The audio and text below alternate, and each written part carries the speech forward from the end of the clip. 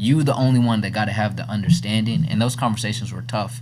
It left me thinking, do my family not believe in me? Like, that's a hard thing to ask yourself.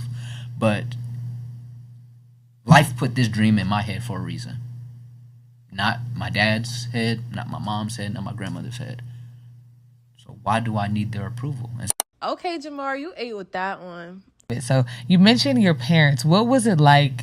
And I don't know if you told them before, but when you're ending your DC internship, you had just graduated. Everyone's so proud of you, and they may have assumed he may stay in DC or he may go back to Philly, and you decided differently. Were those conversations tough, or were they like? Yeah, toughest of my life. Yeah, definitely toughest of my life, because while I was always a dreamer, like I always at least went on a path that was semi-traditional.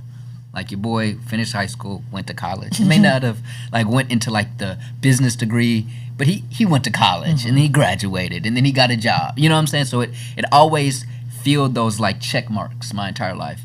And even though I was different, I still kind of stayed in those boundaries.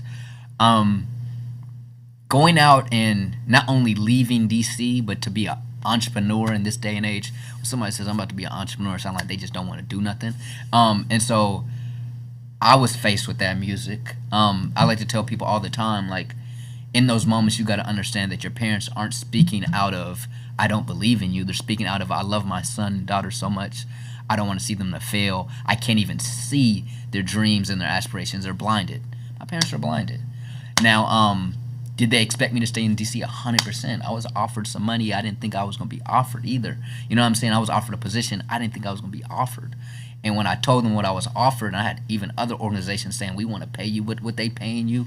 I had all these things. I felt like I was a free agent in NBA or something. You know what I'm saying? You got the draft. Yeah, I'm like, dang, dog, who offering the max? But I'm like, dang, all these things are happening. But again, is that more valuable than my dreams and aspirations and me waking up every day being excited? And I just remember being in DC, and while I had a ton of friends, I could hit U Street and have some fun. All these things were there, but was my heart fulfilled? Was I waking up every day and feeling like this is the life I was meant to live? I remember I was sitting in what's the train station in DC?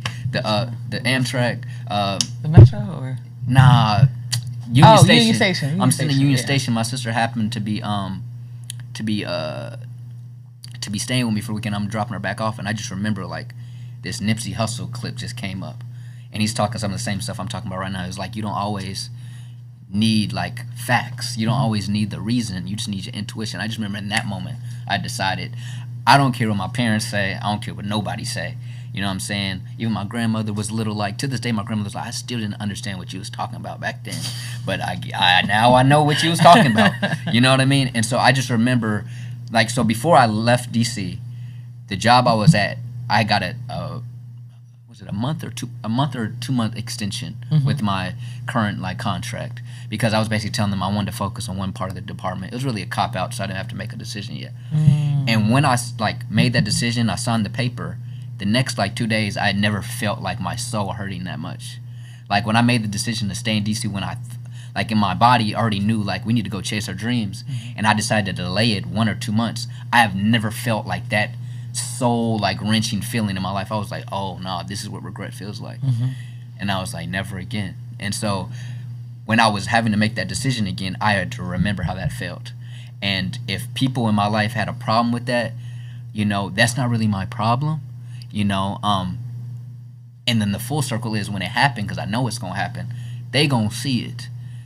My parents see it now. They're my son traveling the country. You know what I'm saying? My grandmother, shoot, to talk about perspective, my grandmother just wanted to see me more. You know what I'm saying? Living in D.C. is going to get me there. I be in Philly way more than I would have been in Philly if I would have stayed in D.C., because I travel the country speaking. I'd be speaking in the East Coast. I'd be there more often. I'm in Philly every month. And so it's just you the only one that got to have the understanding. And those conversations were tough. It left me thinking, do my family not believe in me? That's a hard thing to ask yourself. But life put this dream in my head for a reason. Not my dad's head, not my mom's head, not my grandmother's head. So why do I need their approval? And so I just said, Dad, can I come home for 6 months, yes or no? He said, son, yes or no, Dad? If you really want to. And then I said, I'm coming home. And so that's kind of how that went, but now it's turned out for the better. It turned out Yeah. for the best. Yeah, definitely for the best.